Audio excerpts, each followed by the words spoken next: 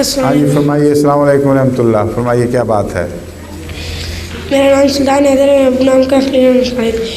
देखिए, अगर हम कोई फिल्म देख रहे हो, मतलब कि ट्रिक्स फिल्म, क्या मुझे नहीं पता, आवाज़ की समझ आ रही बिल्कुल। हाँ बताएं क्या कहता है, कोई तर्जुमा करे। गूंगे की माँ गूंगे की ज़ुबान समझती है। हाँ हाँ बोलो, आहिस्ता तहम्मुल से बोलो।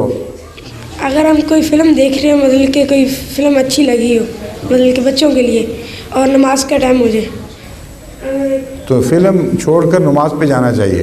नहीं, अगर मतलब कि फिल्म ख़त्म होने वाली और नमाज में थोड़ा टाइम रहते हो कि कहते हैं कि उठ जाओ, आप अज़ान हो गई।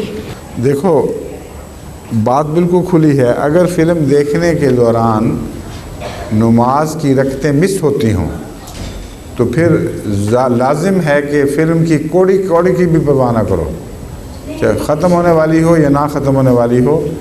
लेकिन अगर नमाज का वैसे वक्त खुला वक्त है तो फ़िल्म ख़त्म करने में कोई हर्ज नहीं। मतलब कि शाह की नमाज तो लेट पड़ी जाए तो अच्छी होती है ना, तो उसका ये बहाने बनाने की ज़रूरत नहीं है। मैं तुम्हें बात साफ बता रहा हूँ। जिन नमाज़ों में खुला वक्त हो, मसलन 1 घंटे का वक्त है, उसमें अगर नमाज लेट ना हो और फ़िल्म ख़त्म हो जाए तो कोई हर्ज नहीं है।